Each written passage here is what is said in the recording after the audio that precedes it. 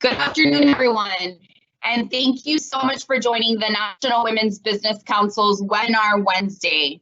We're so excited to be partnering today with the Association for Women's Business Centers to discuss financing your future, leveraging federal resources to eliminate disparities and build wealth. My name is Nina Roque, and I'm the Executive Director of the National Women's Business Council. I'm honored to be joined here today by Council Member Bonnie Narara. She is the CEO of the GROW Grand Rapids Opportunities for Women in Grand Rapids, Michigan. She is also the previous past chair of the Association for Women's Business Center. We also have an amazing lineup of speakers. We have Alan Gutierrez, the Associate Administrator for the Office of Entrepreneurial Development here at the Small Business Administration. We also have Classy Duncan. She is the Vice President for the Center for Entrepreneurship and Innovation at the Urban League of Louisiana. And David Ramos, he's a Community Affairs Specialist for the FDIC. Thank you, all three of you, so much for joining us here today. We're really excited about today's conversation. Our speakers will be discussing the Money Smart for Small Business program and curriculum. We know, unfortunately, that this pandemic has taken a harder toll on women-owned, on Black-owned, and on Hispanic-owned businesses. So what we really want to accomplish here today, what we really want to discuss is how we can leverage programs such as the Money Smart for Small Business curriculum and other federal resources to eliminate some of those disparities. If you're joining us for the first time, I'd like to tell you a little bit about the National Women's Business Council. So we are an independent federal advisory committee. We were established in 1988 by statute, the same statute that established the Office of Women's Business Ownership, which oversees the Women's Business Centers program. So we're kind of like twin sisters there. And so our purpose, the reason why we were established, is to provide policy recommendations and advice to the President, Congress, and the Small Business Administration on issues that affect women business owners and entrepreneurs. Our council consists of 15 women from across the country. We have one presidentially appointed chair. Her name is Liz Sarah. Hi, Liz. We have 8 small business owners from across the country, from Texas, Florida, New Hampshire, Virginia, Iowa, Idaho. And then we have 6 representatives of national women's business organizations, including the Association for Women's Business Centers.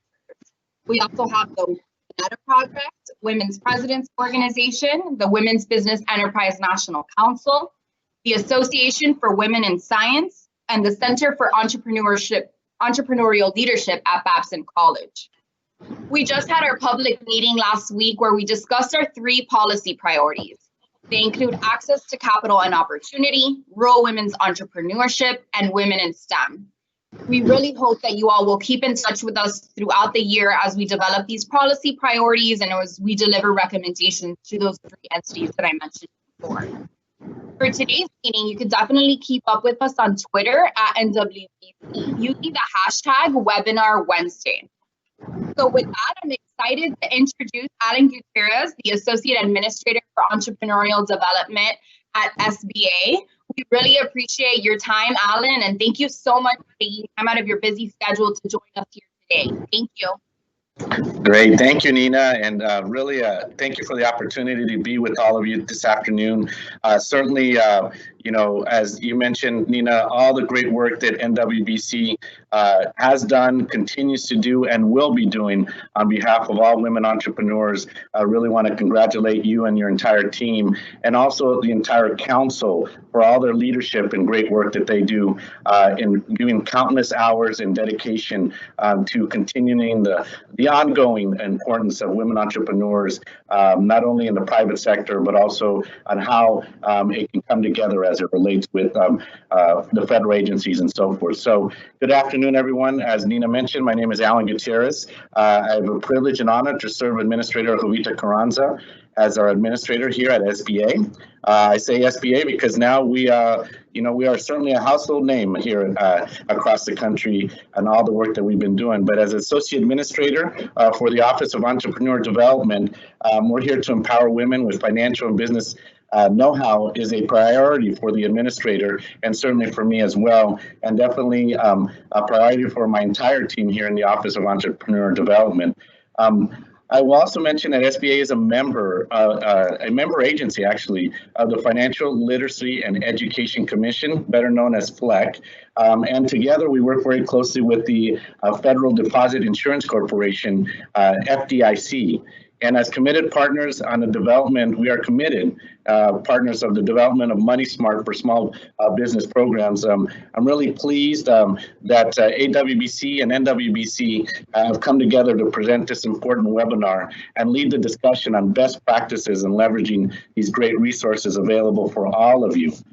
Ensuring that more women and entrepreneurs and business owners have basic financial knowledge, skills, and ability to start and grow a business is really fundamental to the business development and long-term success. And as well as currently right now in this pandemic, in terms of an economic recovery as well. And as we learned in the past several months, this knowledge and skills, as mentioned, is more critical in time of the urgency and the crisis that we are today.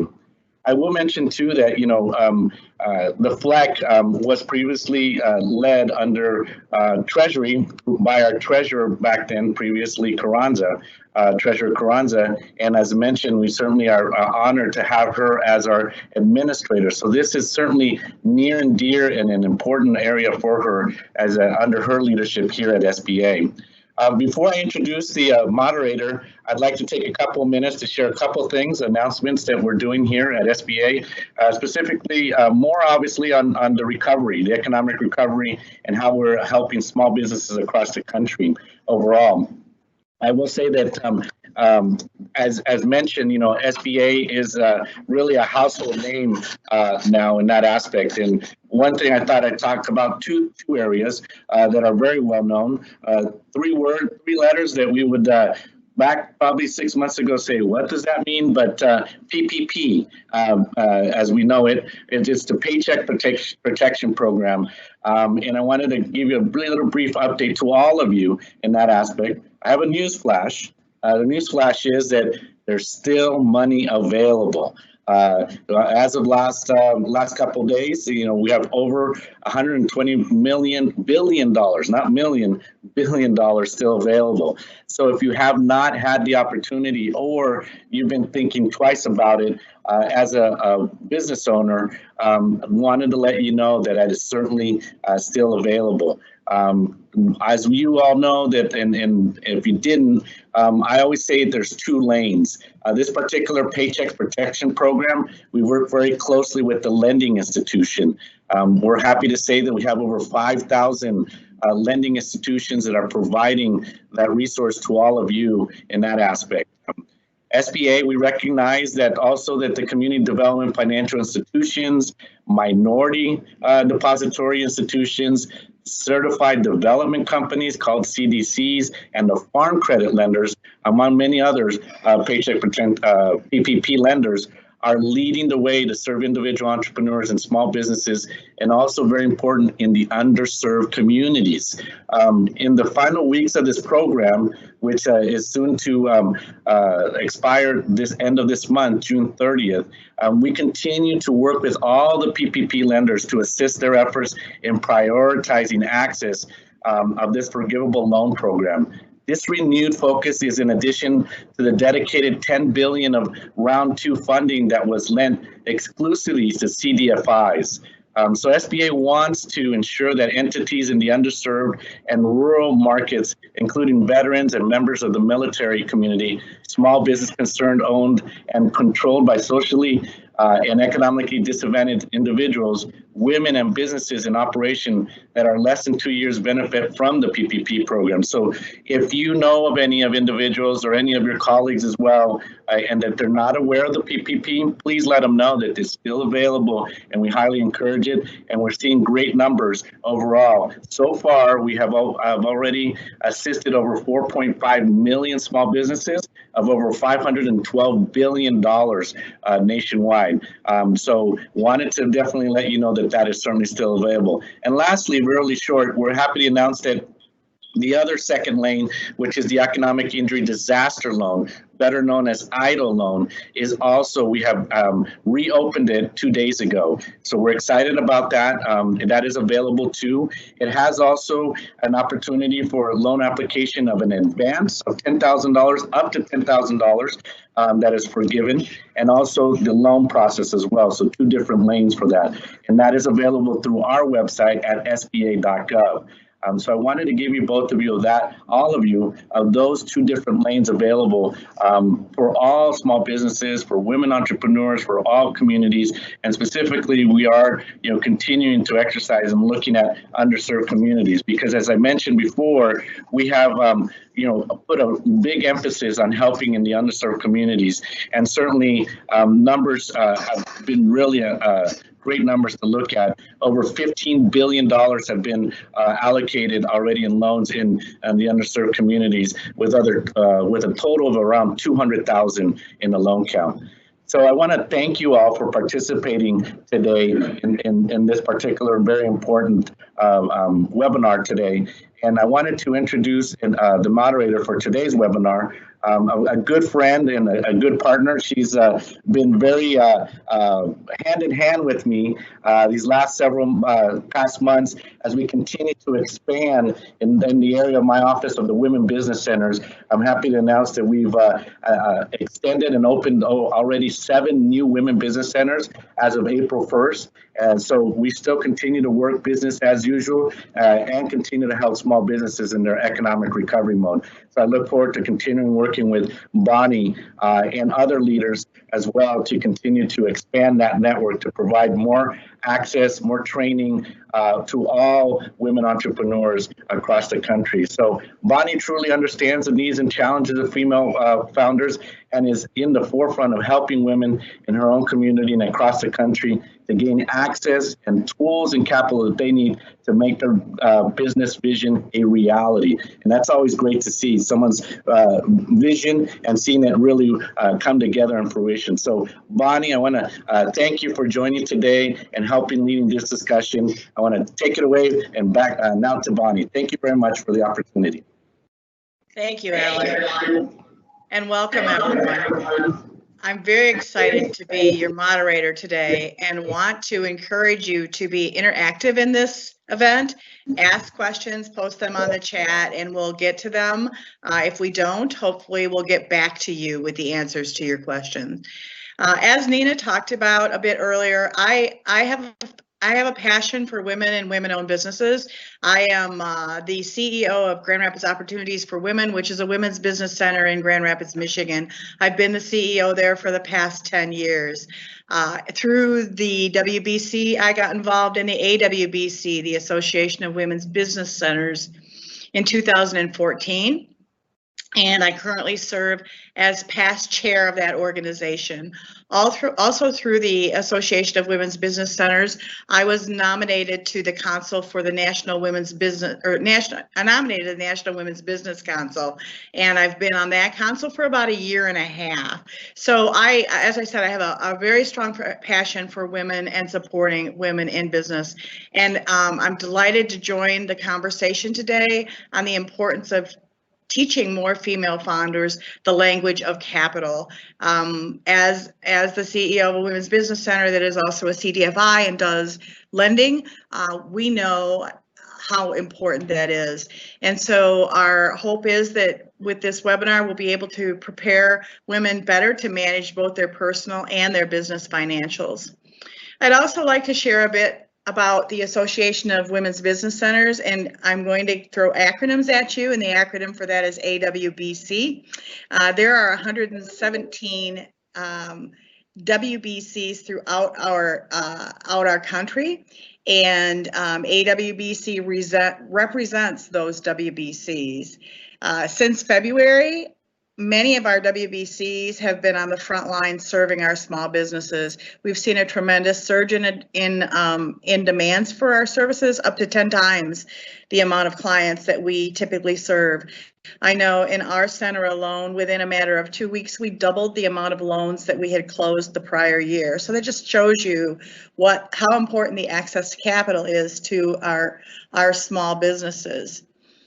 The WBCs are also rapidly expanding their capacity thanks to the SBA and some funding that was created through the CARES Act. We were given grants to help us build our capacity to serve our small business communities. So thank you to the SBA, and I know that all the WBCs are working diligently on those expansions and those resources. I would also like to mention that AWBC has partnered with America's SBDC on the launch of a consolidation of federal resources that are related to COVID.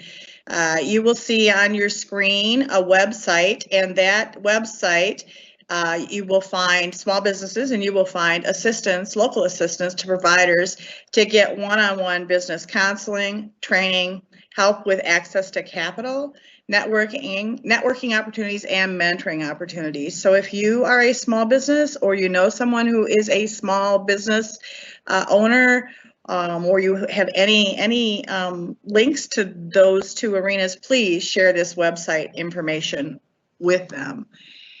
I'd also like to highlight some of the work that the National Women's Business Council has done, and the acronym for that is NWBC. So I'd like to highlight some of the work that the National Women's Business Center has done, lost my train of thought. Let me just gather it. So done in the last year and a half that I have been part of the council. So in September of 2019, we joined AWBC conference, and we worked with a Let's Talk roundtable in San Jose in Puerto Rico this past fall. Through those two initiatives, we learned that there is a lack of financial education and truly a barrier, and that lack of financial education and lack of access to capital is truly a barrier to women starting their businesses. We recognized also from the research that we've done that the lack of financial literacy, hence this webinar today, and financial preparedness is a widespread problem across the country. And we'd like to consider, consider some of the following facts. A significant portion of Americans conduct their financial services outside of the banking system. In 2017, 6.5% of U.S. households, that's 8.4 million, were underbanked, meaning there was no savings or checking account in the household. Another stat is 40% of American families do not have $400 in available savings to pay for unplanned or emergency expenses without borrowing or selling possessions. Consumer debt, it's found that according to a 2018 Aspen Institute article, upwards of 77% of American families hold debt of some type, with the national total consumer debt totaling more than $13 trillion. These are some pretty startling facts. Also, a large portion of the U.S. population cannot access consumer credit at all. CFPB estimates that about 20% of Americans, that's 45 million adults, don't have access to credit because they do not have either a complete credit file or no file at all. We also know that the COVID situation has hit women and other minorities, and economically disadvantaged communities the hardest. Just last week, there was a National Bureau of Economic Research publication put out from the U.S. Census Bureau. And let me just give you some facts from that report. Female-owned businesses experienced a 25% drop. African-American businesses were hit especially hard, experiencing a 41% drop. Latinx business owners fell by 32%, and Asian business owners dropped by 26%. Industry compositions partly place these groups in a higher risk of losses. I will tell you also that prior to the pandemic, that the African-American owned women business was one of the fastest growing business segments we had in our economy. So these are some important facts to pay attention to. In giving these learnings, NWBC and AWBC have begun engaging federal agencies like the FDIC and other important stakeholders to identify existing resources and opportunities and to empower more women entrepreneurs and small business owners through national partnerships and collaborations. One of NWBC's ongoing policy priorities for focusing on improving access to capital and opportunities, which allows for more women entrepreneur business owners to get what they are seeking for capital access, either a line of credit, an SBA-backed loan, a traditional bank loan, a microloan, a relief funding, or from a loan from a community leader, or resources from one of our many communities' CDFIs. We also will have a focus on venture capital access, or access to venture capital. But today, it's all about hearing from the FDIC on the Money Smart for Small Businesses curriculum. This agency is partnering with the SBA resource partners like the Women's Business Centers, you'll hear from Classy today, to impart fundamental knowledge that is critical to business long-term success, helping more women business owners build generational wealth, which we know is very important, especially in underserved communities. I'd like to introduce Classy Duncan. Classy is the VP of the WBC at Center for Entrepreneurship and Innovation, acronym CDI, at the Urban League of Louisiana, based in New Orleans. Joining Classy will be David Ramos, Community Specialist, Federal Deposit Insurance Corporation, FDIC. Classy, why don't you go first and share a little bit about your experience? Thank you so much, Bonnie. Thank you so much for having us today. I'm thrilled to be a part of this conversation, and I first want to really commend NWBC and AWBC for the work that they are doing to bring this conversation to light. I think it is so timely, right? As we experience a number of issues across the country, and of course, one being the pandemic and the impact that the pandemic has had on our small businesses. And so this is the time where we are seeing really the impact of not being prepared and what that means for our small businesses when a crisis hits.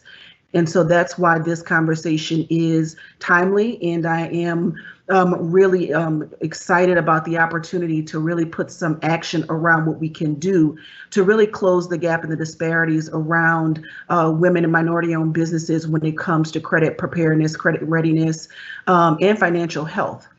And wealth. And so I wanted to, again, thank you all for highlighting this conversation.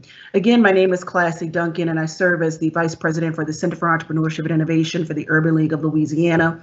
I've been with the organization now going on 4 years, and I'm just thrilled to be a part of the work that really is focused on moving small businesses forward. Again, we work with women-owned businesses, minority-owned businesses, and those other underserved populations. You know, our goal is to make sure that businesses have the resources that they need. We provide education through training events. We also provide a one-on-one and small group business counseling. And then, of course, access to resources for businesses that are looking to start and or grow.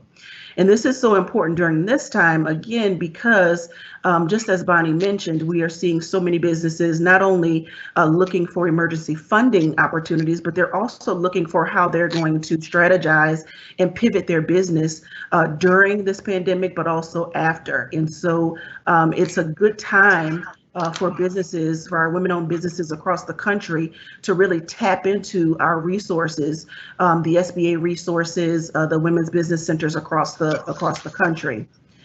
In the work that we do with the Urban League of Louisiana, I am again proud, that our focus is on women and minority-owned businesses in our communities across the state of Louisiana, and it's again our goal is to make sure that businesses are not just starting. Bonnie mentioned the statistic, and I follow this research very closely, where we saw this, over the past, really the data shows over 20 years, but if you just look at the last 5 years, you see that the number of business owners or African-American women-owned businesses that have started enterprises has just, it has skyrocketed, right? And so we're seeing a large number of businesses being started.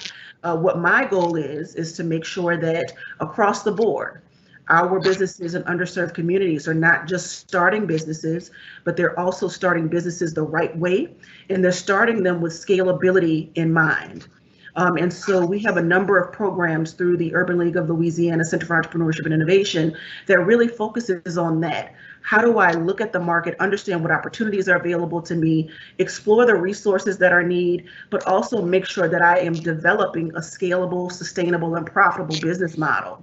And all of the tenets of entrepreneurial development go into that, right? So looking at marketing, look at our operations, looking at financial health, looking at your leadership, right, as a business owner, looking at marketing.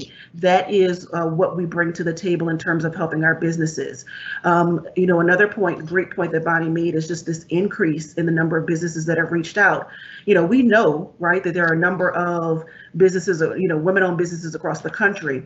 But I'm telling you, since the onset of this pandemic and the need for additional funding, we've seen, again, our new clients has, again, like you said, maybe tenfold, right, has grown. And so we want to make sure that we are reaching our small businesses. We want to make sure that they have access to the right resources. And that is, again, what our focus and our goal is as an organization. I also wanted to bring up, Alan Gutierrez, thank you so much for your leadership in making sure that the WBCs across the board and the other technical assistance partners that are associated with the SBA, SCORE, the SBDCs, that we all have the resources and the information that we need in order to serve. And so again, I want to thank you for your leadership in that. But I'm looking forward to this conversation because we have been able to leverage the Money Smart curriculum. And I'd love to share with you all how much we've been able to really support our business owners with that curriculum as a supplement. So looking forward to the conversation. Thank you, Classy. I'm glad that you brought up the scalability point. That's critical. I mean, it's not just about access to capital for business, but it's also access to the technical assistance pieces that make the holistic business healthy, right? So, yeah, thank you for that. Absolutely. So, David, can you share a bit about your experience? Absolutely. Good afternoon or good morning, everyone. My name is David Ramos. I am a community affairs specialist with the FDIC. So thank you very much for having me today. I'm going to be discussing a little bit more or less about the program that both the FDIC and the SBA share. Classy mentioned that it's the Money Smart for Small Business curriculum. It's a educational platform for small business owners. Again, to echo Classy's comments, I think this is a very timely conversation. I know that the statistics that we heard earlier, a lot of the minority-owned and women-owned businesses were heavily impacted due to this pandemic. A lot of them were already having struggles that are sensitive to each of their territories, and they were expanded or they were grown really with this pandemic. I'm going to ask if we can go to the next slide for me. So you'll see a little bit about my background, just to share a little bit about myself very quickly. I joined the FDIC maybe about 2 years ago. Prior to that, I was a banker. I worked for BB&T Bank, now Truist Bank, in various roles. I was a commercial lender, small business development officer, and I ended my career as the regional director for multicultural banking in the Mid-Atlantic. Which brought me really close to a lot of underserved, unbanked communities that today I have the pleasure of still helping and supporting through a different channel here at the FDIC. And again, if we can go to the next slide there for me. Okay, so welcome to today's discussion. I'll be presenting, like I mentioned, on MSSP, and we'll be sharing a brief history of the curriculum, its purpose, and sharing best practices when teaching the program. I'm going to adopt the position that maybe some of you do know MSSP, like Classy and her group. In others, probably this is a new platform for you. But I want to leave you with this statistic before I go on. So a recent small business owners study that was conducted by the financial software company Intuit uncovered that 40% of small business owners consider themselves to be financially illiterate. At the same time, 81% of these owners were doing or managing their own businesses finances themselves. Now, I'm not saying that these owners are ill-equipped to run their firms. What I am stating is that the time you invest in financial education is important, not just for you, but your small business and those who depend from the business.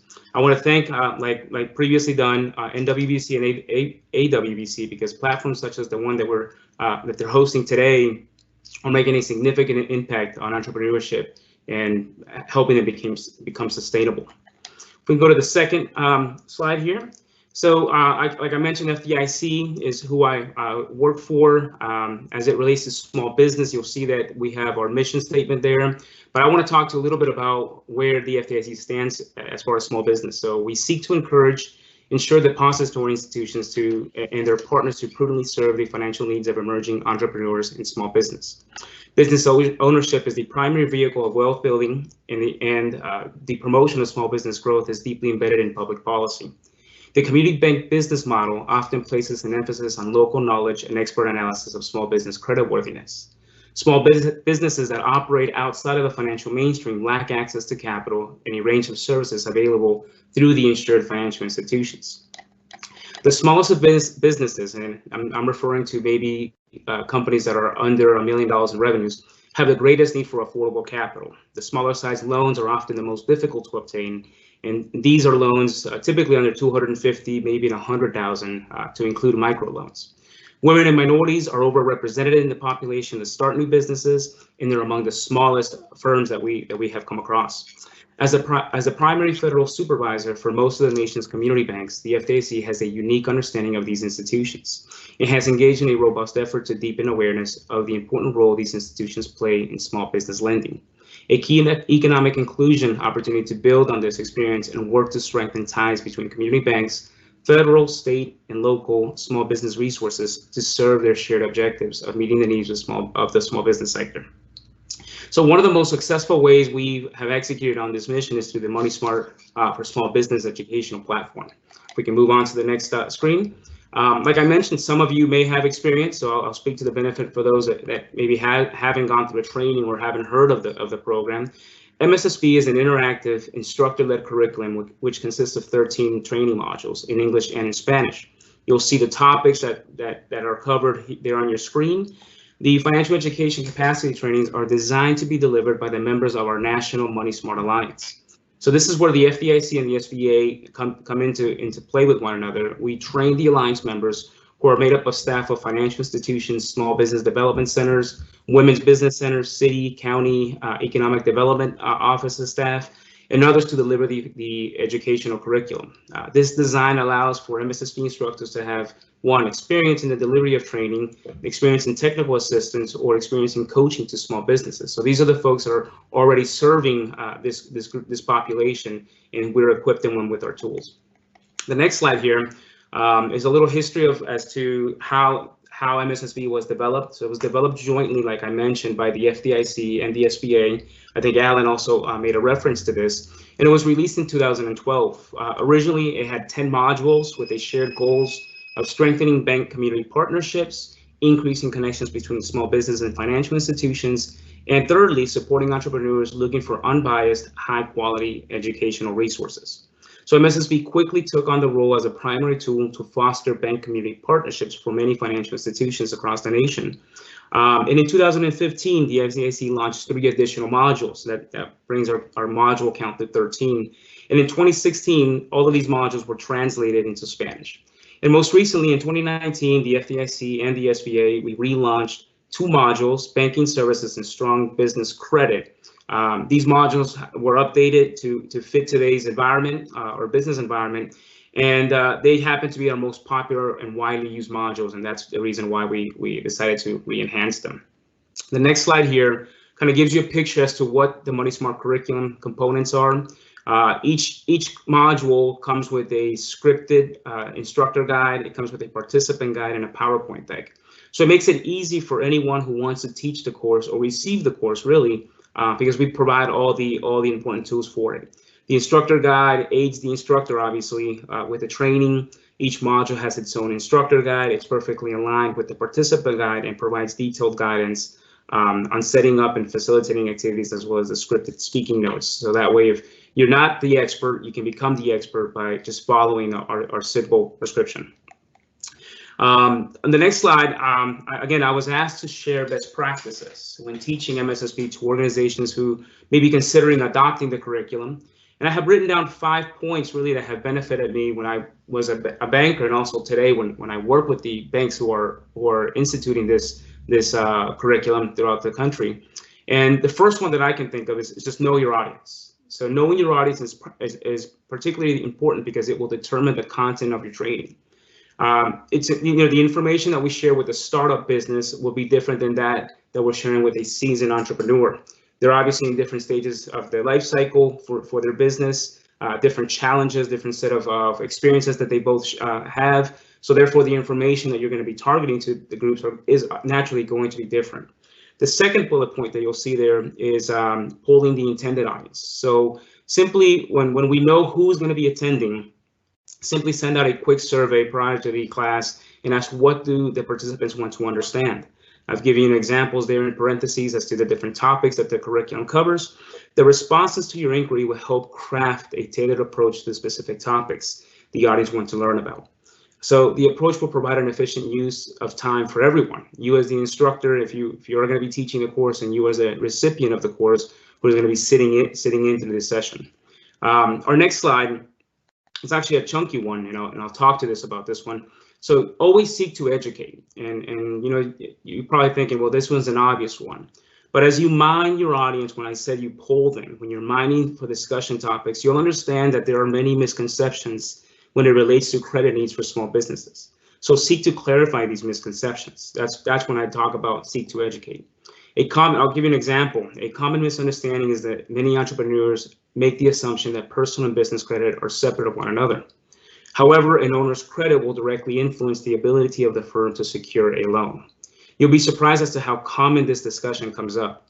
And then the other point is lines of credit. It's another popular subject. Lines of credit are traditionally designed to fund cash flow gaps. A cash flow gap occurs when a business sells a good or service and expects payment, say 30 or 45 days later, such as a large construction contractor, a government contractor, or a wholesaler. As the firm waits on the payment, which is a cash inflow, the need to pay their expenses, the outflow, is still present. So the timing difference between the sell and the cash collection is recognized by the accrual accounting method. These are all concepts that our Money Smart curriculum teach, and they really focus on. And that's the reason why I'm trying to work it into my presentation, so you can understand the depth and the breadth that the curriculum covers. So when we talk to a small business owner, obviously they're thinking, well, I need a line of credit. That's a very common ask from a banker's perspective. I'll put my banker's hat on. So a banker will typically prioritize a line of credit for an accrual-based business because of that cash flow funding need that I mentioned. This could be the reason why maybe some of you, or to give you an example, maybe restaurant owners or a retail shop, when they presented themselves to request a line of credit, they had a harder time getting this line approved because they follow a cash basis of collection, meaning that there is no timing difference when they're selling a product and collecting their payment, like the example that I gave earlier. So further, the size of the line, we also discussed that. Sometimes we look at that funding gap. How many days of capital will the small business need? So again, there's some calculation that goes into the assignment of a line. So that's really what we're looking at. As you see from this discussion, lines of credit are not assigned at random. There is logic and computation that goes into their assignment, among other underwriting criteria. In a business who understands these concepts or is able to clarify these misconceptions to better understand. So the idea is to really have a purposeful conversation with the banker and prepare the small business to do so and establish a relationship. So what I'm gonna skip for the purposes of time. I'm gonna skip the next few slides and turn it back, as I know that we're getting shy on our time here. So you can just forward to us, and then I'll turn it, I believe, back to Bonnie. Thank you, David. Thank you for that great presentation and for the overview of the program. So Classy, I know that as a Women's Business Center, you have been delivering the MMSSP program. Can you provide us any best practices from that program that you could share with our audience? Sure, Bonnie. Yeah, our Center for Entrepreneurship and Innovation has been able to incorporate some specific modules, specifically the credit preparedness and also the financial management module into one of our signature programs, which is our ScaleUp Louisiana program. I mentioned earlier about the focus on scalability, and that is what this program provides in terms of assisting businesses with developing a scalable business model.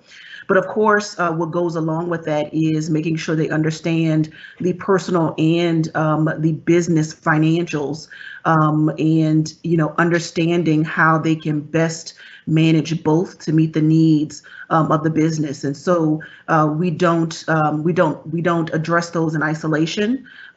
Just as what David just mentioned, there is impact, and so we need to make sure that our business owners understand and are able to really improve their credit health personally and for the business. And so we've incorporated those modules into our ScaleUp Louisiana program.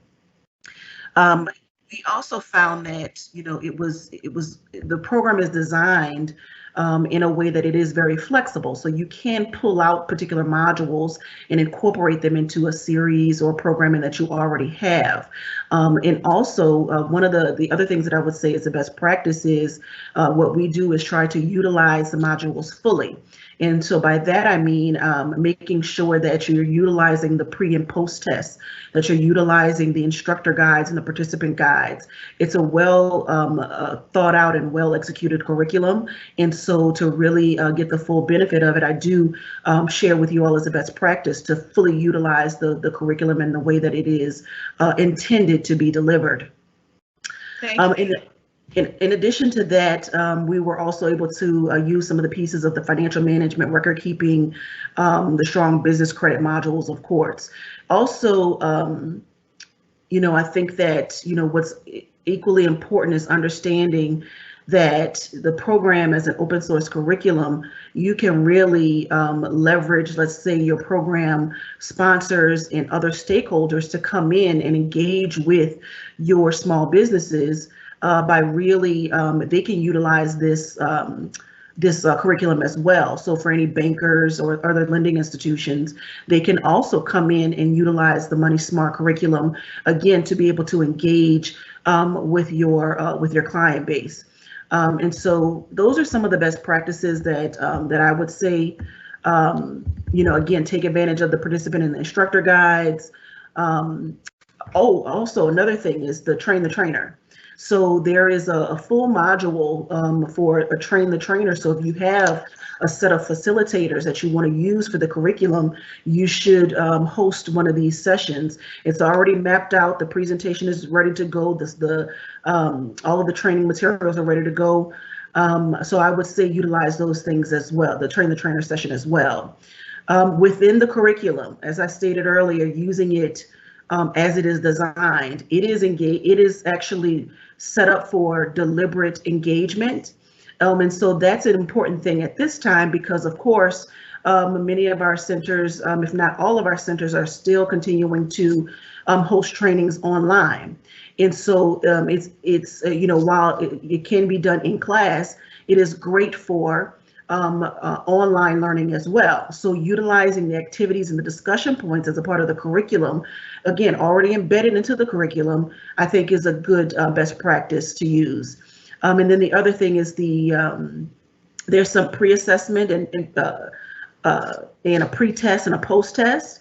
Those things I think are critical, even if you are doing a self-guided, if our business owners are doing a self-guided curriculum, they can actually use those things as well. So again, those are some of the best practices that I think people should pay attention to when using the curriculum. Thank you, Cassie.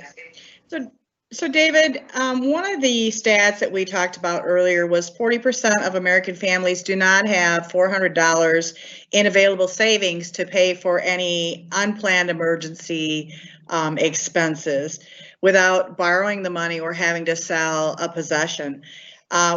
Is there a specific module from the MSSP program that you would recommend in the importance of financial preparedness and just the basic importance of budgeting? Yes, we actually have, there's a module on financial management. There's a module on cash flow that I think would help, obviously, from a business perspective. But we also have that whole series, exactly what you just described, not necessarily under the MSSP platform, but we have Money Smart for older adults and adults, which also covers those exact subjects in much more detail, especially if you're talking about a particular household. You know, to how to create a family budget. We have the equivalent on MSSP, how to create that similar format for your small business. So we really do address it from an individual perspective and also a small business perspective. And to answer your question, the financial management, the cash flow module is also a good one, and also record keeping. I think that also has a lot to do with keeping a budget. Can I add to that? Sure. So I think that this is also important to note. This is, why it's so critical that our small business owners, those that are looking to start a business or to grow a business, really tap into the many resources that are available. And I say that because, it's really about what we call these entrepreneurial behaviors, right?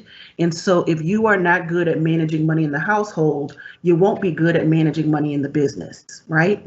And so it's really good to be able to tap into a resource that really understands that you have to be able to effectively manage your personal finances if you are going to be an effective leader and owner of a small business. And so being able to have that open and honest conversation, being able to point individuals toward resources is what, again, a technical assistance provider, the SBA, other organizations can do. So again, I wanted to bring that up because, again, it is good to be able to take the curriculum in, use it in your household, but also look to tap into a resource in your local community as well. Thank you, Classy. David, from the FDIC's perspective and experience, what can an unbanked or underbanked small business owner or prospective small business owner do to access capital? Sure, good question. I think the biggest key here for an individual that falls into one of those two categories is really education. I think that a lot of the times, at least from when we're looking at research, obviously there's barriers for them to participate with a bank, right? For maybe minority community, specifically the Latino community, maybe it's because they don't have the right documentation to open up an account. For others, they're in bank deserts where there isn't any banks in their neighborhoods for them to deal with. But again, finding the education, getting yourself into a class where you can learn about these options. A lot of these folks, I guess what you'll probably describe as operating in the shadow banking industry, meaning they'll get a paycheck and they'll take it to maybe a payday casher or a check casher, paying high fees. And no one's really sitting down with them and saying, listen, even though you're trying to avoid maybe an overdraft fee that people are terrified at a bank, if you know how to manage a budget, if you know how to, really just stream out your expenses throughout the month, you can avoid those fees, because every time you're paying a check, you're paying what, $8, $9, $10 of fees. And if you add that up, that becomes a lot more expensive than dealing properly with a financial institution that has those overdraft fees or such that they're trying to avoid. At least a lot of the times that's what we're seeing. So the lack of education, obviously the last the 2008 crisis left a lot bad taste in people's mouth around banks in general. Some people have not gotten over it, and they are purposely staying outside of the mainstream banking system. But really, it's education. Letting them know, what has been done specifically since the last recession to alleviate some of those pain points for them. Okay. I also would like to say, too, that I think it's really important that we educate our small businesses on some of the alternative and particularly the online lending sources. Those can be extremely dangerous. They're very attractive, especially as a small business owner when you need the cash, but they can be extremely dangerous. And we've actually seen businesses fail because they got into a cycle that they just couldn't get out of. So along with that, we've had a couple of questions from our audience, and this is directly related to the lending. First question is, are there microloan programs available for women specifically in urban communities? This is to either David or Classy, or David or Classy. Yes, and so I can speak for our market. There are micro lending institutions that specifically work in urban communities, urban city centers, to ensure that there is access to specifically women and minority-owned businesses.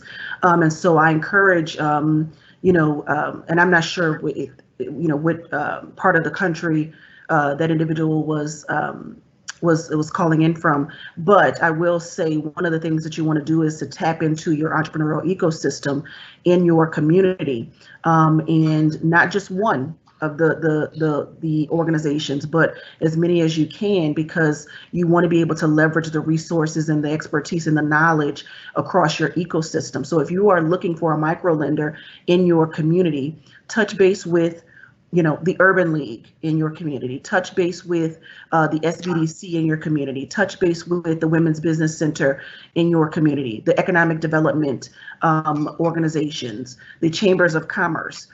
They will be able to point you specifically to those micro lenders that are in your community servicing.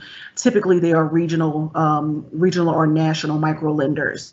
So some examples in our part of the country are Lift Fund, True Fund. These organizations are specifically in place to provide that really, and we talked about that, how do you transition, right, from, not being, credit ready to getting there. And it is through micro lending that you can do that. So starting off with the $500 or $1,000 or $2,000, $2,500 product is good for building that credit, right? And it's also good for building that relationship. So I would say definitely tap into your local ecosystem so that they can point you to the micro lenders that exist within your community. And if I can do anything to help steer in that way to that particular person, please let me know, Bonnie. Sure. I'd also like to add, Classy, that, there are community development financial institutes, CDFIs out there, and those organizations are specifically to help underserved markets. So Google that, CDFI, and you'll find the ones nearest to your community. Also, SBA.gov has some wonderful resources on some of the lending programs that they have. One of the huge programs is the SBA micro lending program. So David and Classy, we've had a lot of questions about where can people access the MSSP curriculum? That's easy. So, sorry, guys, I'll jump in here. So easy. You go to fdic.gov/MoneySmart. It'll take you to our MoneySmart landing page, and then you'll have an option to hit Teach, Learn, and if you want access to the programs, you hit Teach, and then you'll see really an array of options: the young program, the young people's program that we have, the adult program, the older adult, and then the fourth category would be the MSSP, the small business program that we have. That would probably be the easiest way to go about it. I also wanted to just add, if you are looking in your ecosystem at some of the technical assistance partners, you'll be able to hopefully tap into some of the organizations that are delivering the curriculum as well. Okay, great.